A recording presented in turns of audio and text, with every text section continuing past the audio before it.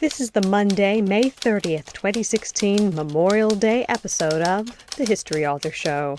Visit our iHeartRadio channel or subscribe on iTunes to enjoy a brand new interview every Monday morning, as well as Classical Wisdom Wednesdays and History in 5 Fridays. Oh, New York ain't New York anymore. How I miss those old pals of mine. The sawdust is gone from the floor where we harmonize Sweet Adeline. On the east side, west side, things ain't like before. There are tears in the eyes of the regular guys. Oh, New York ain't New York anymore. Hello and welcome. I'm your host, Dean Karayanis, and this is the History Author Show on iHeartRadio. In this episode, we're going to cast our eyes back at how we memorialize wars, tragedies, and outrages of the past.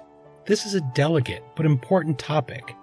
I feel we owe it to people who've lost their lives to get this right. How do we appropriately and honestly mark something like a terrorist attack or a controversial war, or average people who lose their lives in some other terrible way? After all, when you're going to cast history in stone, bronze, and steel, when you're going to start pouring concrete into molds, you want to get it right. We owe that not only to the people who are gone, but to the people who come tomorrow in history. When they look back, we want to tell them what happened. Why did this matter so much to us? Here to discuss this topic is Harriet F. Senie, author of Memorials to Shattered Myths, Vietnam to 9/11. Professor Senie is director of the MA program in Art History and Museum Studies at City College. That's our own City College of New York, as well as a professor at the CUNY Graduate Center.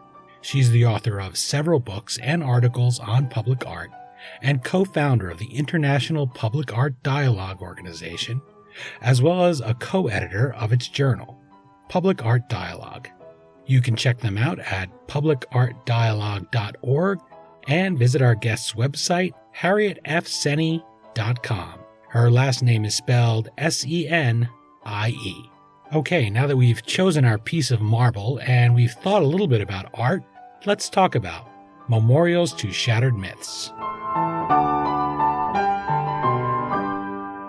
I'm joined on the line by Professor Harriet F. Senie, author of Memorials to Shattered Myths. Thank you for taking the time to talk with the History Author Show today. My pleasure. Thanks for inviting me. When I picked up this book, it struck a chord with me, questions that I didn't even know that I was formulating in my head. And it's the idea of how we build memorials. It's something that's kind of gnawed at me. And it's an odd question because you feel a little bit guilty questioning it, because I don't think we go out of our way to be uncomfortable enough. I don't think we really search it. I'll just speak for myself so I don't sound condescending. But ever since I worked in cable news during these big stories like Columbine High School, the massacre, I find our focus very quickly shifts away to how we're going to start making monuments. We didn't have Facebook back then at the time of Columbine, but certainly we see all of that very much, an outpouring of emotion on Facebook, and that's sort of the first draft of history. But then when we get to pouring concrete, and that's what people are going to look at in future generations, the actual bloodshed that led to it almost seems like an afterthought. In fact, it very much seems like an afterthought when I'm reading Memorials to Shattered Myths here, and the way you describe these and how they then completely shift what really happened. So what do you think we're getting wrong? What inspired you to write this book? Well, several things inspired me to write the book. One had to do with the fact that I grew up in a family of Holocaust survivors where family members had been killed, although my parents themselves were not in camps. They managed to escape. But most of their friends shared this history, and they never self-identified as victims. They were incredibly jovial in most of the social events that I recall, very happy to be here in this country, And so when suddenly this conversation about victims as heroes or victims being treated as heroes in the events like Oklahoma City, Columbine, and 9/11 began to emerge, it took me aback because it so contradicted my experience, my own personal experience. So that, I think, drove a lot of the purpose of the research, this kind of conflation of heroes and victims that made no sense to me. I think the other things that drove me to write it on a professional level occurred when I was completing an earlier book on the controversy around Richard Serra's Tilted Arc in New York City that was removed by the GSA, General Services Administration, that had commissioned it. And there was so much toxic conversation about this. People were so violently against it for a number of what seemed to me rather irrational reasons that I thought, I need a break. I'm going to go to a memorial that everybody seems to like, or a sculpture. I didn't then make the distinction, and I went to see Maya Lin's Vietnam Veterans Memorial. And of course, that's a very much appreciated and much visited memorial. And I found out a short time afterwards that she was very influenced by Richard Serra's work. He had been teaching at Yale when she was a student there. And then I began to look at the way people behaved at the Vietnam Veterans Memorial. I was very influenced by Kirk Savage's writings about calling it a therapeutic memorial. And that put the idea of a shift in purpose to our memorials, to the ones that I write about. And I think, those aspects really drove me to pursue this book. You mentioned your parents in the acknowledgments of the book, Ernest and Gerda Freitag. Did I get that right? Freitag, like Friday. It means Friday in German. Oh, all right. And they get out just in time. And I found the idea of the Holocaust being used as a unit of measurement, a thought that had never occurred to me either before. We tend to, you said, bring Holocaust survivors even to something like the Oklahoma City bombing, where there's no connection and there's obviously a huge disparity in what has happened there and in the atrocity. And you say we've kind of Americanized the Holocaust. We've brought that home. And so what do you think when you walk into the Holocaust Museum? Do you think that they get it right? What can we learn from that? Do they get it right? I'd like to preface this by saying I haven't been there in a while. But as I recall, they, let's say, compared to the museum in Oklahoma City, which was acknowledged to be very influenced by it, they complicate the story. I think the part of the Holocaust Museum in D.C. that's problematic are the cards that you get if you choose to take one when you come in, so that you identify with a single person who was killed and you're able to follow their story through the passage of the museum. I don't believe that's necessary. I think people could do that on their own, and I think that slight detail, although as I said, it's a choice, turns it a little bit into a theme park experience where the rest of the museum definitely does not. I think the architecture is very powerful. I think the various displays are very powerful, and people are obviously moved. This is the exact kind of thing that I wanted to discuss with you, and why I'm happy that you came on to discuss memorials to shattered myths, because I never would have thought of that before, but you mentioned the theme park aspect. I would have thought it was a really good idea to identify with a victim, but when you think about it, even though when you read through the booklets for people who haven't been there and you read through the stages of your person's life, some of them may perish, some of them may survive, but when you walk out of there, you survive. So I don't know how much of that maybe that you carry with you when you leave out. It might almost be a little counterproductive, although, it is very moving overall. We owe it even more so, I think, to people who are legitimate victims or who are killed in these to get the story right, to not tell sort of this distorted view of them. It came as a real surprise to me that the Holocaust was directly related to the 4 memorials that I discuss. It was approved at the same time that the Vietnam Veterans Memorial was approved. The man who wrote the book about the Holocaust Museum went on to write the book about Oklahoma City directly thereafter and brought that lesson with him. The Columbine shootings took place on the birthday of Adolf Hitler, and the director of the 9/11 Museum was previously the director of the Holocaust Museum. So that link, if you will, that kind of almost shadow of the Holocaust, in a way, does loom over all of these memorials. Your dust jacket on Memorials to Shattered Myths says that the book looks at a new paradigm, quote, which grants a heroic status to victims and, by extension, their families, thereby creating a class of privileged participants in the permanent memorial process, unquote. We were just talking a little bit about how this is almost an industry, not that these people, I'm sure, aren't sincere in how they feel, but when you think you have multiple books on your resume and maybe multiple museums, that seems like a strange thing to me anyway. So give us some historical perspective here on the people that are building these memorials and why you think that having the immediacy of family involved is a little counterproductive. Well, first of all, I think we need to look at the events that we're commemorating in this way. And I focus specifically on events that shattered myths of national identity. So there might be an underlying, or we could say unconscious, drive to resist identifying these myths.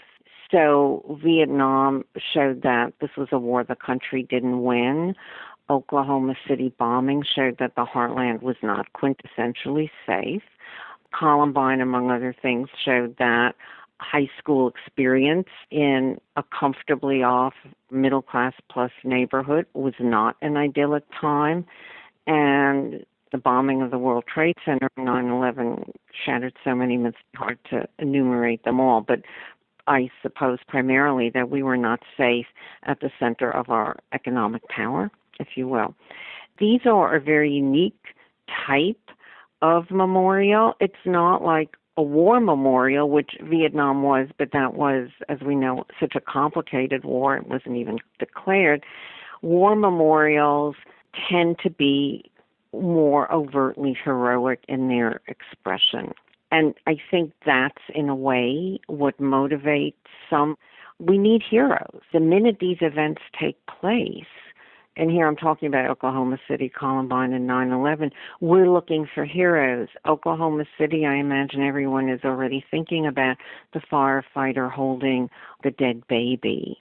Columbine was a search for heroes right away, or in that case, heroines, who emerged who didn't even do what people ascribed to them, as in declaring their faith when they were asked by the shooters whether or not they believed. These things were later refuted, but nevertheless, these young girls remained as kind of heroic martyrs to that story. And 9/11, it appeared to be firefighters in general who emerged in this way. So we want there to be heroes, definitely, and undoubtedly many people who perished behaved heroically. But the people who perished, for the most part, had just gone to work or gone to school as they might on any other day. So for us to heroicize them creates a new kind of paradigm, one where I suggest we've conflated cemeteries where mourning is personal with public memorials, which should take a longer view. So that's one part. The other part is in thinking and rethinking about the memorial process, I began to view it as a tripartite enterprise. One, the immediate memorials, which are mostly called spontaneous memorials, when people rush to the site where an unexpected death like these have occurred, and they bring flowers and teddy bears and cards and what have you. But then there's a period in time after the immediate memorial and before the permanent memorial can be commissioned or built where a local community needs something. And it seems to me that the victims' families and close friends should be the ones to determine what that is. They know what they need, and the process of determining that and seeing it realize can also be therapeutic. I don't believe that in the aftermath of sudden death, one can take a longer view. I don't believe that's emotionally possible. It's difficult just to get through the day. The victims' families could certainly serve in an advisory capacity, perhaps have some votes, but that building a permanent memorial needs to be a larger undertaking with considerable professional input. I get from reading the book that this is not you saying, as somebody who understands art and admires and works in public art, that this is my turf, so to speak, and these family members need to get out. No. You do think that they have a role to play, absolutely. But when somebody passes away, I think any one of us want to build a giant memorial to them if we love them, and we may not always do the right thing. How many people do you know that say, I mortgaged everything on a casket for my late mother or father, and well, why did I do that when I think of it after? Because it's just going to sit in the ground. I mean, it's a rough thing to think, to break it down to the dollars and cents, but you say, was that really what I wanted to do? Was that the best way maybe to honor their memory? And the other point is that it's really counterproductive, because when you change the narrative, when you change what really happened, these commemorations gain an entirely different message as time passes. You mentioned that some of these commemorations have a carnival atmosphere. You were describing Oklahoma City. I think it was the 10-year anniversary in the book. The 10th anniversary. I would just like to interject a personal note. My husband died during the period that I was finishing this book. So I was very much aware.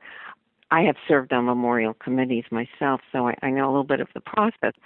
I would not have accepted any invitation to serve on such a committee during that period of intense mourning.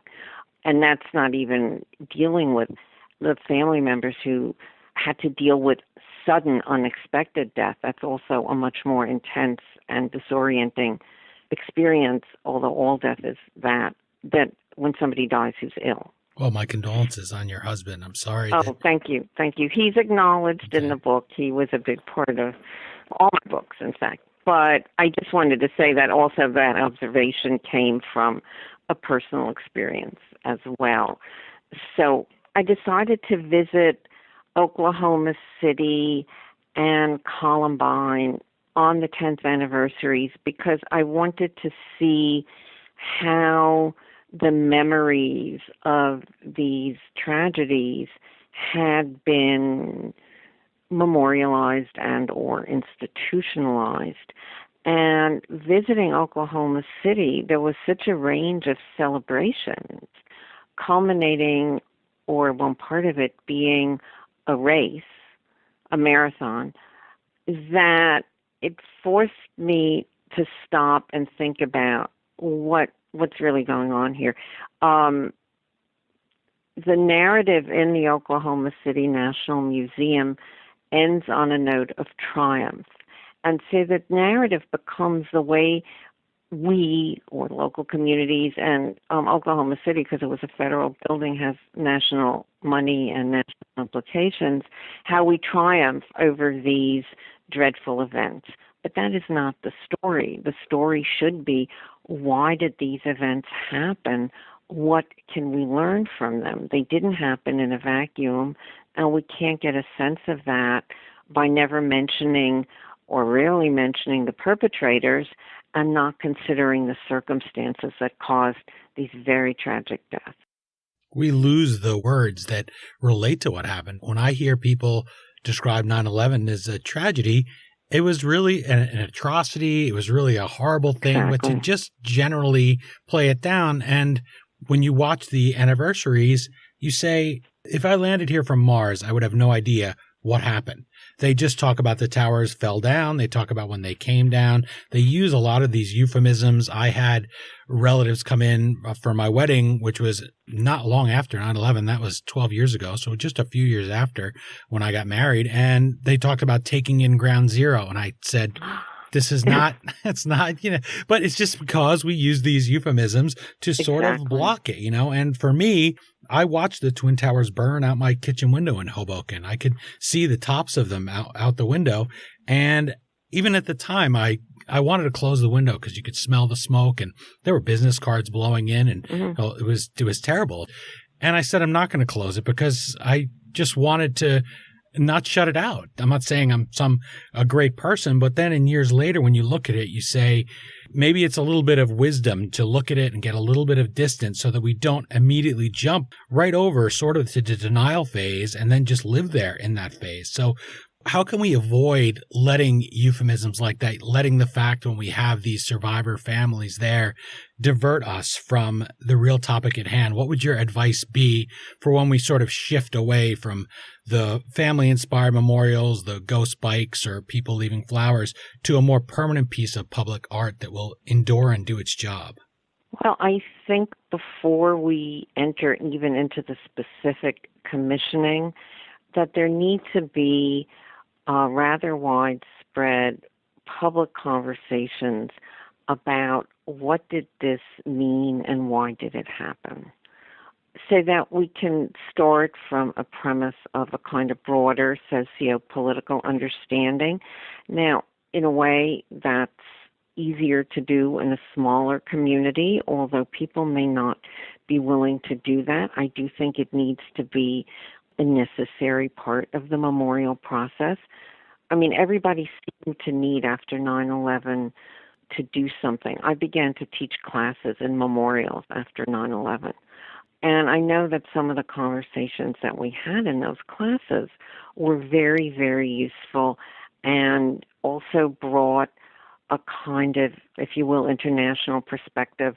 One graduate student began writing about memorials to the disappeared in Argentina, which eventually turned into a dissertation, but which also brought a very valuable perspective to different mourning rituals and different ways of commemoration. So I think we need to have a big conversation, a broadly based conversation, however that might be created or channeled. And then if we're to follow that tripartite division of responsibility in creating the built memorial, if we go into the process of creating a built memorial with a wider knowledge, with a contextual view, I think that we will get better memorials. There's also, within the discussion of that process, been some disagreement whether or not the competitions should be open, whether or not specific architects and or artists should be invited to participate. I think both those things are possible. You can have an open competition as well as an invited one. But I think as much as we can be open and far-sighted in our approach, the better off we'll be. I would also like there to be the option in our memorial museums, which we now seem committed to big buildings, to have a room at the end where people might have conversations, perhaps guided by a professional, about the meaning and ramifications of what it is they've seen and what occurred. I think that that would help. My guest is Professor Harriet F. Senie, author of Memorials to Shattered Myths, Vietnam to 9/11. You can visit her at harrietfsenie.com. Her last name is spelled Senie. Sally Webster, author of The Nation's First Monument and The Origins of the American Memorial Tradition, writes, quote, "This richly informed account of recent memorials identifies a notable shift from honoring singular heroes to venerating the civilian loss of life. How this shift occurred and its national consequences are among the intriguing questions raised and answered in this landmark study." Harriet, I want to talk a little bit about that shift. You start with the Vietnam War Memorial that you spoke about a little bit, but the World War I memorials you mentioned, those were sort of this shift to listing all the names because many soldiers never came back. They just were blown to pieces or lost. So why does it mark that shift, and where are we now in building memorials? Well, it did become very important after World War I, as you say, to start naming the victims of war, those who died.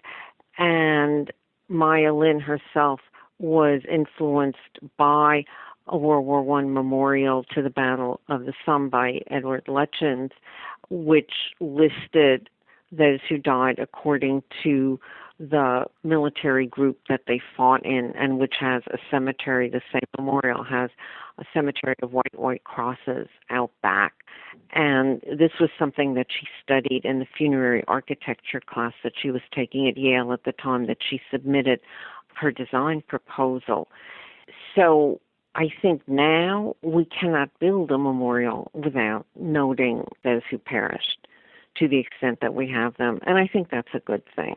I mean, we really must honor the individuals who died, and we must understand on some visceral level the human cost.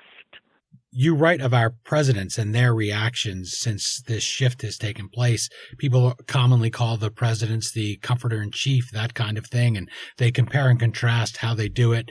You mentioned President Clinton often said that the Oklahoma City bombing made us all Americans again. You give examples of his successor, George W. Bush, and his framing people's mourning for 9/11. We're in an election year, so we will be choosing a new commander-in-chief. What do you think is the appropriate role for a president when we're commemorating something like 9/11 or Columbine or the Oklahoma City bombing? Well, let me start by saying where I think that comment comes from and why in its own way it made us all Americans again, etc. That kind of remark refers to what I think is a very real occurrence, that in times of these tragic events, we do come together. We do experience a kind of communal way of being in the world that dissipates after time. In fact, there was a book by Rebecca Solnit called A Paradise Built in Hell. The subtitle is The Extraordinary Communities That Arise in Disaster. And she ends with a plea that we not forget that feeling. And I think that that's the important part of that message. But the message itself, if you stop to think about it, is somewhat ironic because it made us all Americans again, also could suggest that it's being victims that made us all Americans again, and that's exactly not what was intended. So what can a president say, or what can any comforter-in-chief say? I think comfort is very, very important, but I think perhaps emphasizing at that moment the communal spirit that is present and that is admirable, coupled with a plea that we come together now and we stay together, that we not forget the feeling that links us all in these moments of disaster. That was very much a feeling on the streets of New York City, in the subways, everybody just going out of their way to be so nice to each other. And it lasted a couple of weeks. Now that you mention it, it would have been nice to try to hold on to a little bit of that a little bit longer. But then again, we all wanted to get back to normal, right? And we were told to do so. We were told to go out and shop, Yeah. Well, the financial center taking a big hit like that, I mean, that was such a different thing. And that's something that until you mention it, until I read the book, I didn't think of. We had things that we did have to do. And as you said, we were all feeling we had to go and do something. But in Memorials to Shattered Myths, you talk about how some of this anyway can be a strategy of diversion and denial. And that occurred to me that denial is that first stage of grief. And I wanted to ask if you feel, as far as designing art to commemorate something as giant and flashbulb memory, are we stunting the healing? Is it counterproductive here, this process of institutionalizing that denial with memorials that kind of rewrite history? I think that that's a really interesting observation. I think I treat it a little bit differently, which is, I think, especially in the 9/11 Museum, what we do is create a reenactment of the moment of the bombing when everybody is in shock and we're all dealing with that immense loss. I also believe that the built memorial itself does the same thing with its movement downward, the waterfalls leading you into what appears to be a bottomless pit. And also the roar of the water, which, as you were here for the bombings, it was very, very loud. And reenactment in psychological terms just takes you over and over the same thing. And I think as long as we build reenactment into our memorials and museums, we are in fact doing precisely what you suggest. That brings me to my next question, which is, we talked about how monuments have become sort of like headstones, some of them, the Vietnam War Memorial one, and how it's an important part of it. But there is a distinction that until I read your book, I didn't really think about. So tell us, how are these public memorials different, or how is their job different from the job of a cemetery? Well, I think in general, if we just think about it, of course, there's got to be some overlap. We're mourning specific individuals who died, regardless of the circumstances. And some of the behaviors that are common at cemeteries have become common at public memorials. But cemeteries are private. We go there to mourn personal loss. And memorials, especially memorials of this magnitude, should have, I believe, a larger focus, something that brings us back to why we are building a memorial specifically to the people who died during these circumstances, in these circumstances, rather than other tragedies. What does it mean to us as a country nationally? What do these events mean? Somewhere our memorials should incorporate the possibility of having that conversation. And I would suggest to you that the Vietnam Veterans Memorial does it through its site. And the people who built the Vietnam Veterans Memorial, the fund, insisted on choosing the site before they even got involved with choosing the memorial.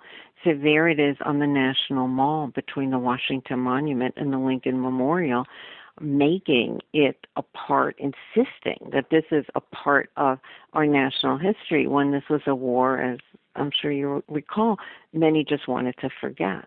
We call the National Mall our national front lawn. We've seen so many historic moments take place there, whether it was people protesting the bonus army after the First World War during the Depression, or Martin Luther King Jr. Those things happen, and it occurs to me you wouldn't have a headstone on your front lawn. You might have a commemoration. You might have something of somebody that you loved, right? That's a good point. No, you put it in the backyard if you were going to put it anywhere. Yeah. And you also argue in the book, quote, if we stop treating victims as heroes, they would not be dishonored. And I think that that's an important point, but I'm sure that many people are sort of repelled by the notion of having a different idea for how we commemorate it. So have you gotten pushback from people? You know, I've gotten just the reverse. And it's really been surprising to me. I had a real concern about that, because I just want to emphasize it was never my intention in any way to minimize the horror of the loss or the experience that the families underwent. There were two comments that really, really stuck with me and surprised me. One was a woman who said to me, "I'm so glad you said that. My brother-in-law was just a banker who worked in Connecticut, and my sister's been having such a hard time trying to, present him as a hero. She loved him, and he was a great guy. He wasn't a hero, and it's just a relief to hear you say that." We stunt that process. Doesn't do anybody any good. It doesn't honor the people who have died and been murdered if we pretend that they went to work giving their lives willingly. They were killed, and we should remember them like that. And I was like, well, thank you for telling me, because I didn't anticipate that. But I could see now where it might be a burden to have your family members recast in a way that doesn't feel right to you. And the other one, and this was much more extreme, it was at a small talk that I gave at Columbia University, where somebody afterwards said, "Why should these people be honored in any way more than my husband who died of a heart attack in his bed?" Well, that really took me aback in a different way, because it took me to the question of, why do we build these memorials? Well, we build them because of the national significance of the events. And then we somehow eliminate the national significance from our memorials, which makes her question more pertinent. But it's interesting that the responses that I've gotten so far were not at all what I anticipated. it has to be also a lot of additional pressure and a burden. You're trying to deal with your feelings. We see this with first ladies that have lost the president tragically, and they have to go on. Then they have to have a public face. And I imagine that the pressure to be involved with these public memorials, you may just want to be left alone. You may not want to feel, Exactly. wow, I'm not doing enough for my husband who passed away or didn't pass away, was murdered. And you say, that was a personal tragedy for me, a personal loss. And I don't necessarily want to be getting calls all the time to come and talk about this or that memorial that would claim him away from me, sort of create this heroic figure that you talk about in the book. One final question for you. I'm sure that people who hear about the book may disagree with some of your conclusions. Had obviously my own thoughts, which I love about Memorials to Shattered Myths, because I think we owe it to people to think about them as they really were. But I wanted to give you the opportunity to make your pitch to everyone today. This isn't a book that maybe they would pick up just because they see it there. It's not light reading for the airplane. So why would you advise people to pick up Memorials to Shattered Myths? I would say that Vietnam, Oklahoma City, Columbine, and 9/11 have become part of our national history and memory, but our memorials discourage us from any understanding of why they occurred or what they might imply for the future. And I think we need to know that. But if I may, I would like to read you a comment that I got from the man who prepared the index for my book. He began by saying he doesn't usually write to authors when he prepares the index. He doesn't usually even read the book. He just creates the index.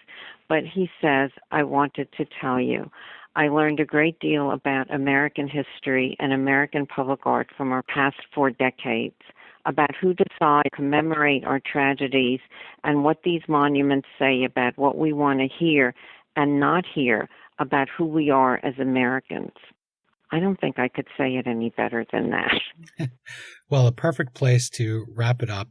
Harriet F. Senie, Professor of Art History, thank you for joining me today and making us think about the role we have in getting history right with memorials. We would like there to be a good telling of our time, and we have an obligation to the people of tomorrow to tell history the right way, get them off on the right foot. Best of luck very much with Memorials to Shattered Myths. Thanks so much, Dean. It's really been an interesting conversation.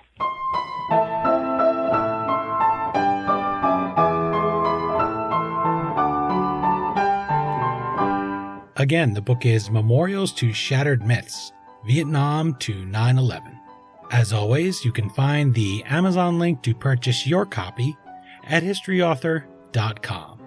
And we hope you will click through there, or even bookmark the URL of our Amazon.com banner ad right there on our homepage. Amazon.com gives us a small percentage of every purchase you make at no additional cost to you.